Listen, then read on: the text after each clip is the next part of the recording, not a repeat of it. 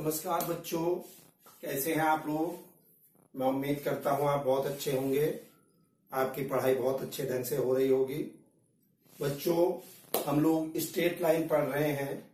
आज हम straight line का थर्ड लेक्चर पढ़ेंगे। अभी तक हमने स्ट्रेट लाइन की वेरियस फॉर्म में इक्वेशन देखी थी।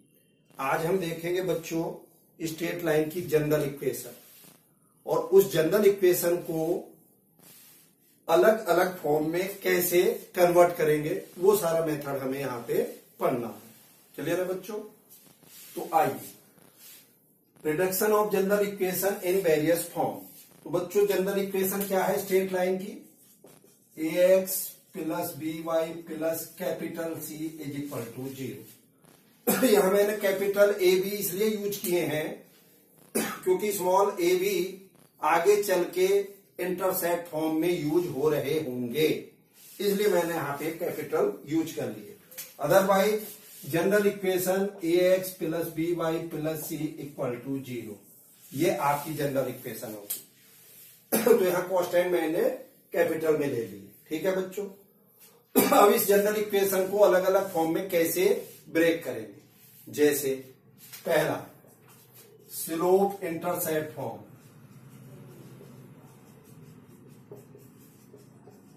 स्लोप इंटरसेप्ट फॉर्म क्लियर है? तो चलिए बच्चों, स्लोप इंटरसेप्ट फॉर्म क्या है? y equal to M X plus C है या नहीं है? तो आइए इसको कैसे लिखें हम। Yes, B Y equal to minus A X minus C, Y equal to minus A over B X minus C over B, Y equal to compare करेंगे एम एक्स प्लस सी से। बोलो बच्चों, तो यहां पे क्या हो गया? स्लोप हो गया minus A over B and intercept on Y axis minus C over B. ये स्मॉल सी है और ये कैपिटल सी है। दिस इज स्मॉल सी और दिस इज कैपिटल सी। तो इस इक्वेशन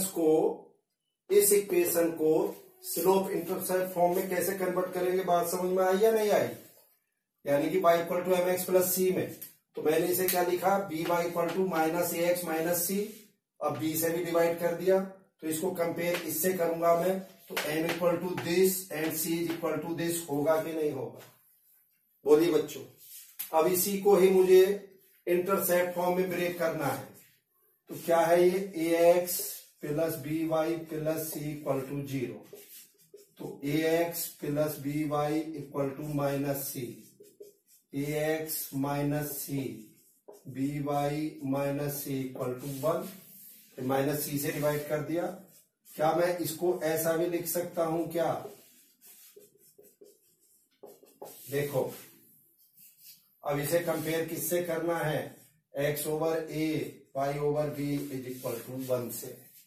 इंटरसेप्ट फॉर्म में तो कन्वर्ट करना है, तो भैया a equal to minus C over A and b equal to minus C over B. हाँ या ना? ये कैसी फॉर्म हो गई? इंटरसेप्ट फॉर्म में।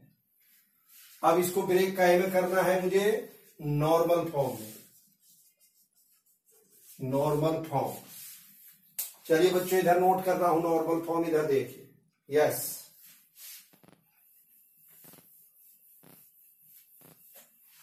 ये था हमारा इंटरसेप्ट फॉर्म और ये है नॉर्मल फॉर्म। ठीक है जी। के क्या करेंगे हम? A X plus B Y plus C equal to 0, A X plus B Y equal to minus C, या minus A X minus B Y equal to C. जल्दी बोलो। अब कंपेयर हम किससे करेंगे? X cos alpha plus Y sine alpha is equal to P. इससे compare करेंगे। तो बच्चों हम इससे कंपेयर करने के लिए अब इस इक्वेशन को क्या करेंगे? एक्स और वाई के कोफिशिएंट के स्क्वायर के अंडर रूट से डिवाइड कर देंगे।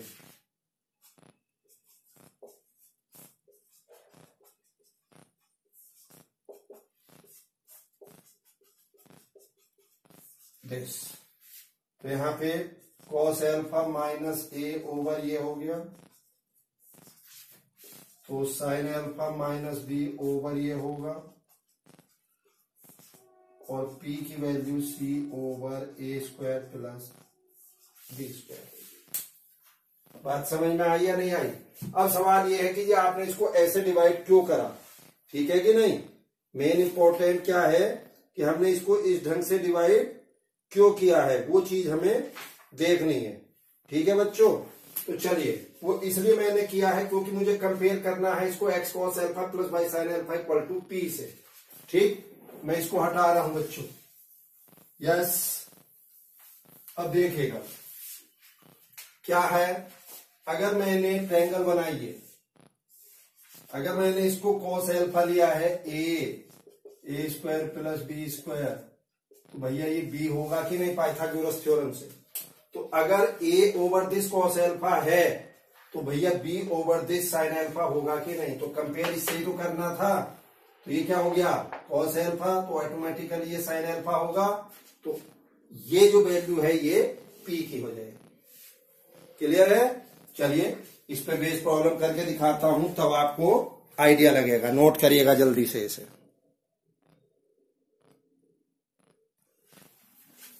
चलिए बच्चों देखिएगा, ये प्रॉब्लम है 3x minus 4y plus 10 equal to 0।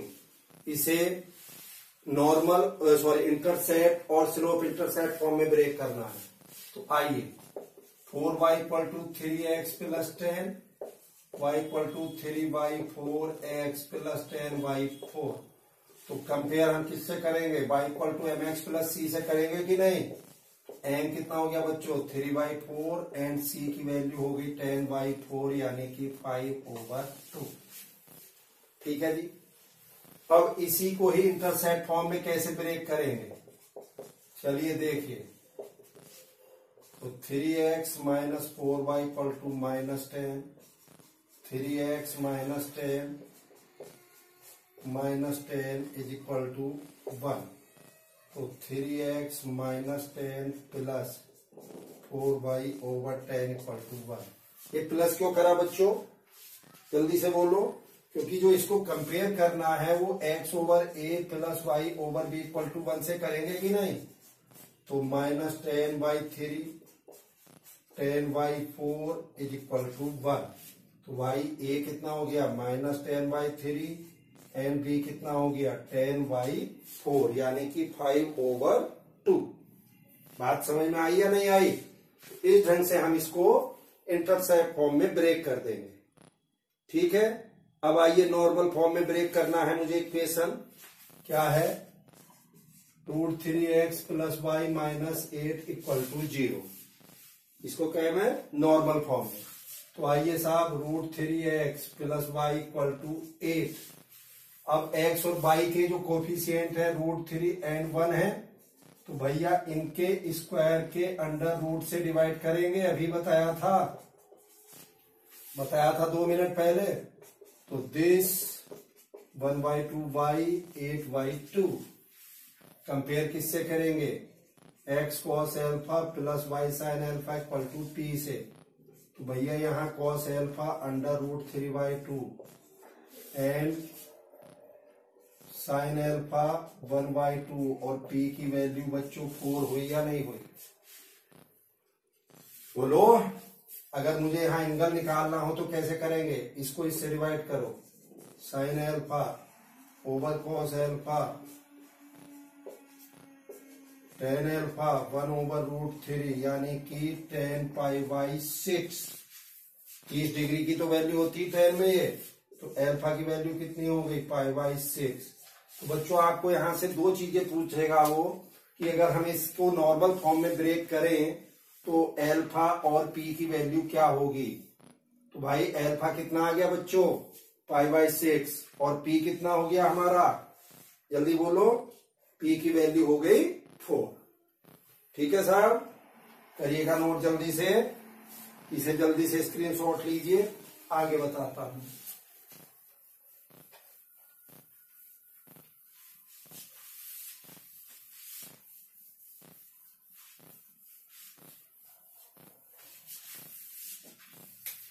Perpendicular distance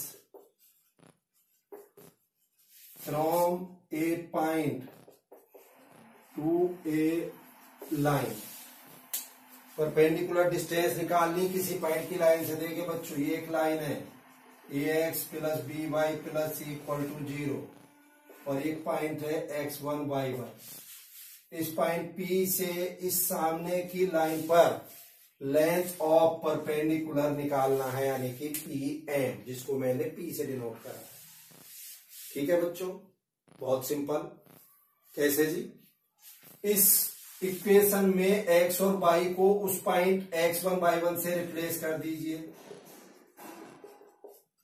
और x और y के कोफिशिएंट के स्क्वायर के अंडर रूट से डिवाइड कर दीजिए। This is the length of perpendicular from point P to this line. इसका बच्चों डेरिवेशन भी दिया है एनसीईआरटी में, हालांकि उसकी जरूरत नहीं है, आप डायरेक्टली इसको कर सकते हैं। कुछ नहीं, सिंपल उस इक्वेशन में एक्स वाई की जगह वो पॉइंट रख दीजिए और एक्स वाई के कोफिशिएंट के स्क्वायर के अंडर रूट से डिवाइड कर दीजिए और उसको मॉड लगा दो। मॉड इसलिए लगाया है क्योंकि डिस्टेंस कभी भी नेगेटिव नहीं होगी। जैसे इक्वेशन है 3x plus 4y plus 5 equal to 0, point है आपका 3,2 से इस लाइन पर परपेंडिकुलर डालना है। तो क्या होगा साहब, डालिए 3x की जगह ये 3 रखिए, 4y की जगह 2 रखिए, प्लस 5, 3 स्क्वायर प्लस 4 स्क्वायर।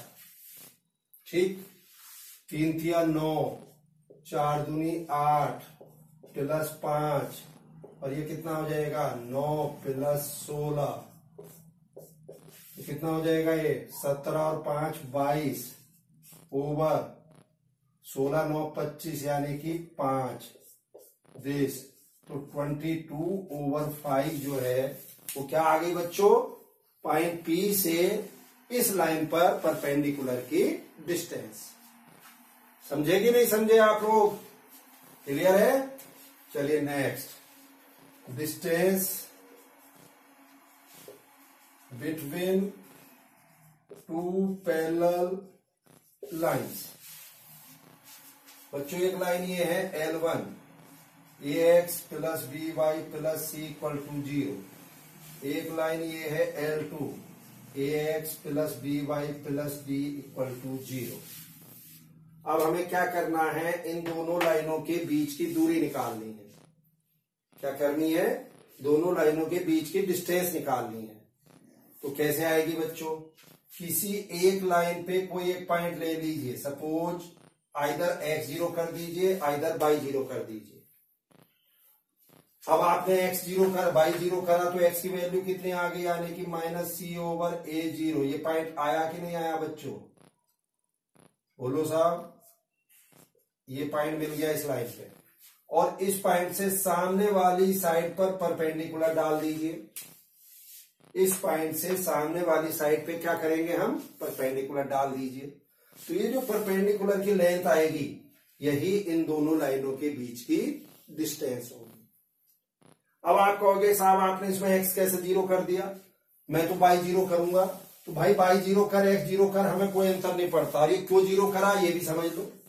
भाई ऐसे मान लो एक लाइन ये है और एक लाइन ये है, तो ये जो लाइन है x एक्सिस को कट करेगी तो y0 होगा, y एक्सिस को कट करेगी तो क्या होगा, x0 होगा।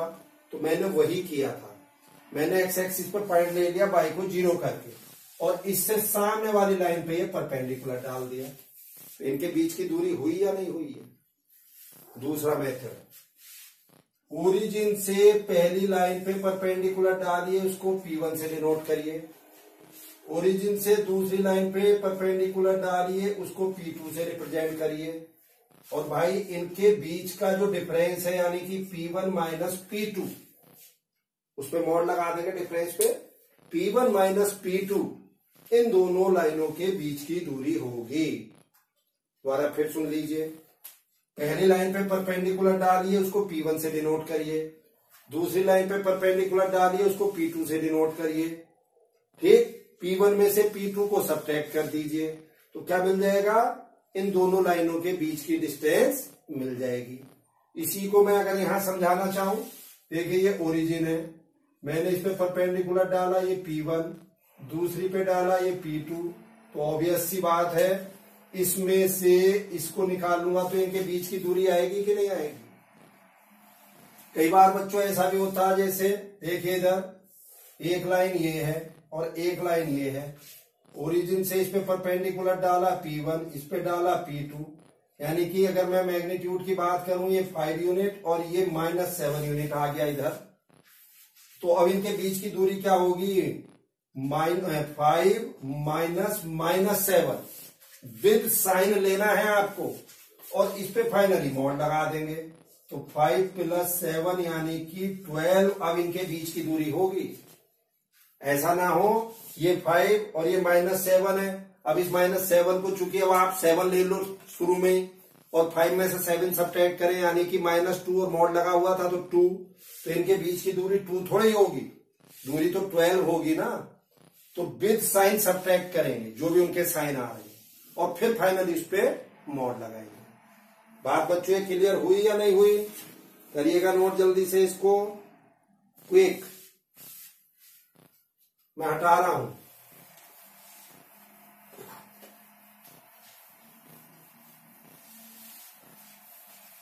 अब देखिए फॉर एग्जाम्पल एक डिस्टेंस निकालनी मुझे,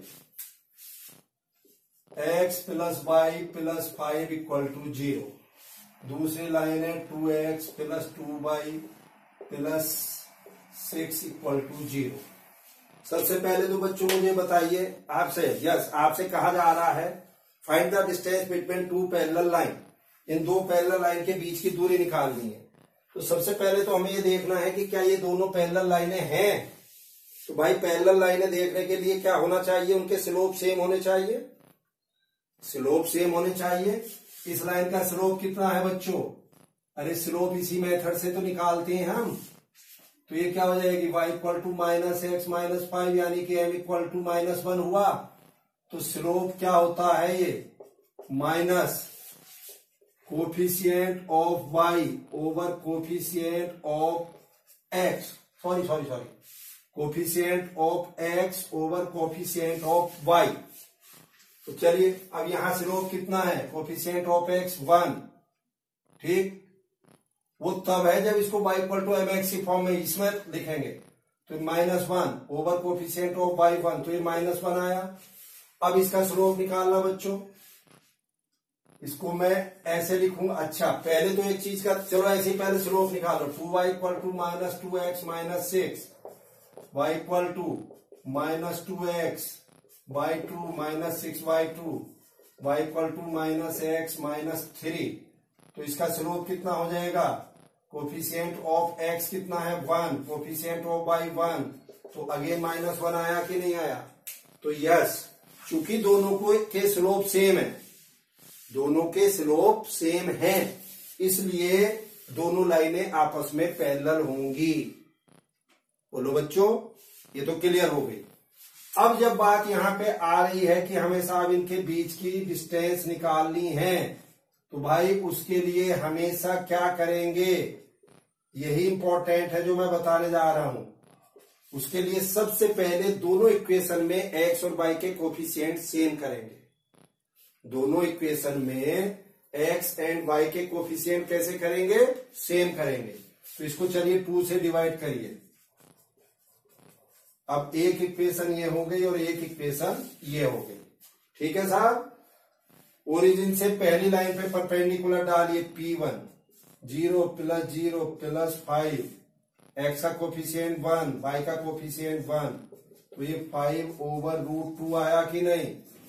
P2 दूसरी लाइन पे परपेंडिकुलर डालिए 0 + 0 + 3, x का कोफिशिएंट, y का कोफिशिएंट 3/√2 हुआ कि नहीं। और भाई इनके बीच की दूरी P1 - P2 यानी कि 5/√2, 3/√2, तो 2/√2 मीन्स इनके बीच की दूरी कितनी आ गई बच्चों, √2। जल्दी बोलो, बात क्लियर समझ में आई या नहीं आई। चेक करिए जल्दी से इसको जो मैंने आपको बताया है।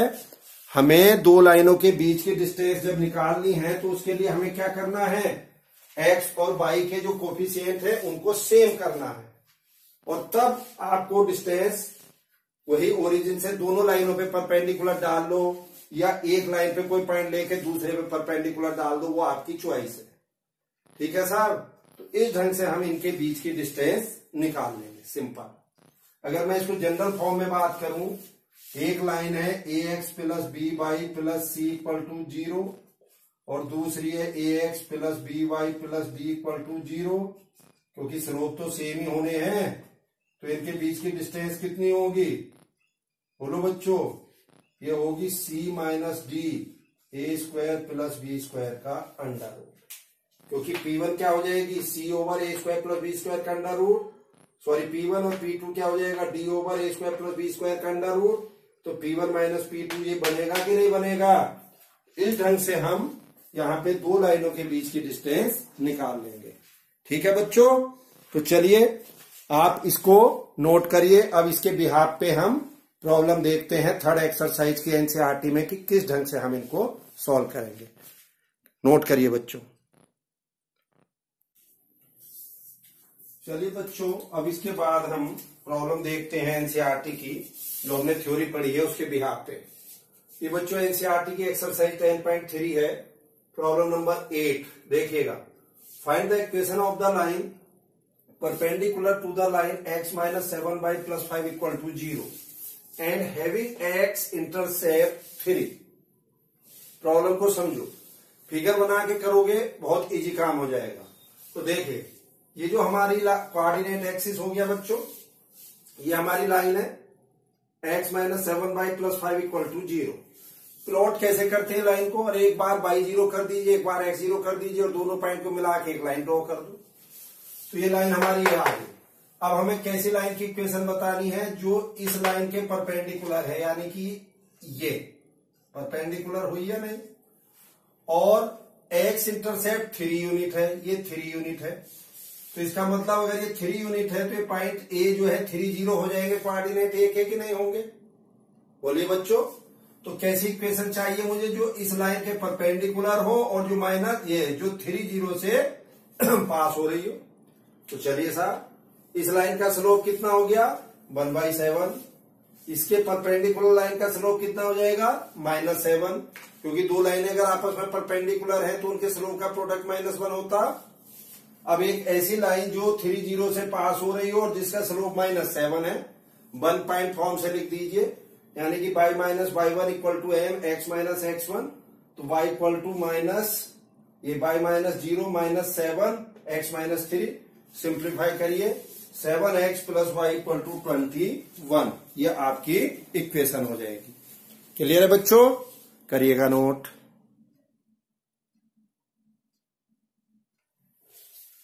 चलिए बच्चों देखिए नेक्स्ट।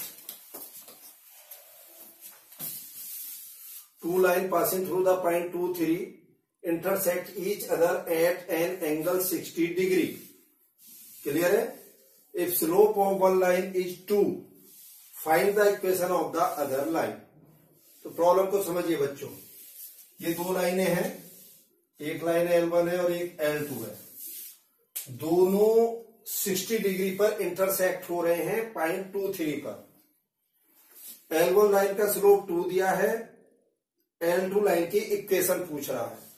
तो अगर L1 का स्लोप मैं M1 और L2 का स्लोप M2 मान लूं, तो भाई एक ऐसी लाइन जो पॉइंट 2 3 से पास हो रही हो और जिसका स्लोप M2 गिवन हो, तो y minus y1 equal to M X minus x1 से क्या आ जाएगी, y minus 3 equal to M2 x minus 2। अरे पॉइंट 2 3 और m की जगह M2, बोलो जल्दी से। तो आइए साहब, अब इनके बीच का एंगल कितना दिया है, tan थीटा। tan थीटा क्या होता है, m1 minus m2 over 1 plus m1 m2। अब यहाँ थीटा को वैल्यू 60 डिग्री रख दीजिए, m1 को 2 और m2 आपका निकालना ही है। अब यहां से 2 minus m2 over 1 plus 2 m2 mode में इक्वल टू √3, मोड हटाइए, 2 minus m2 over 1 plus 2 m2 equal two plus minus √3।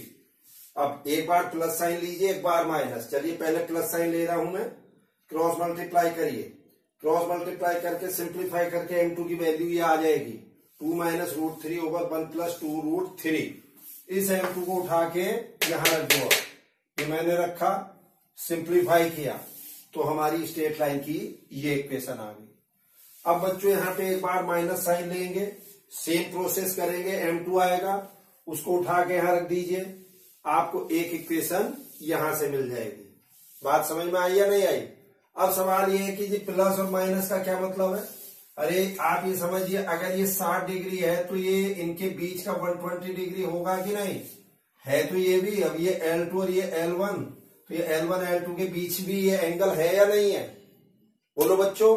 तो एक साइन से, पॉजिटिव साइन से मान लीजिए एक्यूट एंगल आ रहा है, नेगेटिव साइन से आपका ऑब्ट्यूज एंगल आएगा। ठीक है, इसलिए हम यहाँ पे प्लस माइनस दो वैल्यू लेते हैं। तो आपकी जो सेकेंड इक्वेशन है उसकी जो सेकेंड लाइन है उसकी इक्वेशन ये हो जाएगी। करिएगा बच्चों नोट इसे।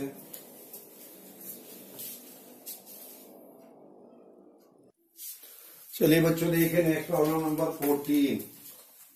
Yes, find the coordinate of the foot of perpendicular from the point -1 3 to the line. एक लाइन है 3x minus 4y minus 16 equal to 0। एक पॉइंट है हमारा P मान लीजिए -1 3। इससे इस लाइन पे फुट ऑफ परपेंडिकुलर डालना है, तो वो जो फुट ऑफ परपेंडिकुलर है उसके कोऑर्डिनेट क्या होंगे। तो चलिए बच्चों, मैंने इस पे P से इस पे फुट ऑफ परपेंडिकुलर डाला जो कि n है। तो ये PN और ये लाइन दोनों आपस में परपेंडिकुलर होंगे तभी तो फुट ऑफ परपेंडिकुलर कहा जाएगा। तो चलिए साहब, slope of this line 3/4, slope of perpendicular to this यानी कि PN -4/3 हो जाएगा, दोनों परपेंडिकुलर है। तो इक्वेशन ऑफ PN यानी कि पॉइंट P -1 3 से पास होने वाली y -3 equal to -4/3 x plus 1। Simplify करो, ये लाइन आ गई हमारी 4x plus 3y minus 5 equal to 0। तो सिंपल इस इक्वेशन को सॉल्व कर लो और इसको सॉल्व कर लो, इन दोनों को सॉल्व करके आपको n के कोऑर्डिनेट मिल जाएंगे। बोलो बच्चों, मिलेंगे कि नहीं? किसके कोऑर्डिनेट? n के। तो करिएगा नोट इसे जल्दी से। चलिए बच्चों देखिए नेक्स्ट प्रॉब्लम नंबर 16। बहुत इंपॉर्टेंट प्रॉब्लम है ये, आपके एग्जाम में अक्सर आती है। If P and Q are the length of perpendicular from the origin to the line x cos theta minus y sin theta equal to k cos 2 theta and x sec theta plus y cosec theta equal to k respectively. Prove that p square plus 4q square equal to k square. ठीक है sir. चलिए पहली equation x cos theta minus y sin theta minus k cos 2 theta equal to 0। 0 0 से perpendicular डालो, यानी कि x y की जगह 0 रखो और नीचे x और y के कोफिशिएंट के स्क्वायर से डिवाइड करो। तो p इक्वल टू क्या आ गया? Minus k cos 2 theta over 1, यानी कि डिस्टेंस है पॉजिटिव ही लेंगे, k cos 2 थीटा। अब आइए दूसरी line x sec theta plus y cosec theta equal to k। इसे क्या बोल दूंगा मैं? साइन कॉस में ब्रेक करेंगे, x over cos plus y over sine equal to k। Sine cos LCM आ जाएगा, तो x sine theta plus y cos theta over sine theta cos theta equal to k। x sine theta plus y cos theta equal to k sine theta cos theta. तो x sine theta plus y cos theta equal to k/2। यहाँ 2 से ऊपर नीचे multiply करा और ये 2 sign theta cos theta जो कि साइन 2 थीटा बन गया। ठीक, अब इस पे फिर 0 0 से परपेंडिकुलर डालिए, तो 0 into sine theta 0 into cos theta minus k/2 sine 2 theta और साइन x और y के कोफिशिएंट के स्क्वायर के अंडर रूट से डिवाइड कर दिया। तो q की वैल्यू क्या आ गई? k/2 sine 2 theta. अब p और q को उठा के इस इक्वेशन में रखिए जो प्रूव करना है। p स्क्वायर यानी कि k square cos square 2 theta plus 4 q कितना है? k/2 साइन 2 थीटा था, तो k square by 4 sine square 2 theta, 4 से 4 गया, k स्क्वायर कॉमन लिया, cos square 2 theta plus sine square 2 theta और ये कितना होता है? 1। तो क्या आंसर आप क्या बच्चों यहाँ पे? जल्दी बोलो, k स्क्वायर। ठीक है कि नहीं? करिएगा नोट जल्दी से।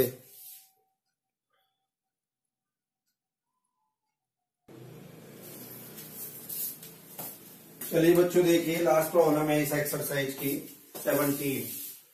If the triangle ABC with vertex A है 2 3 B 4 -1 C 1 2, ठीक। Find the equation and the length of altitude from the vertex A।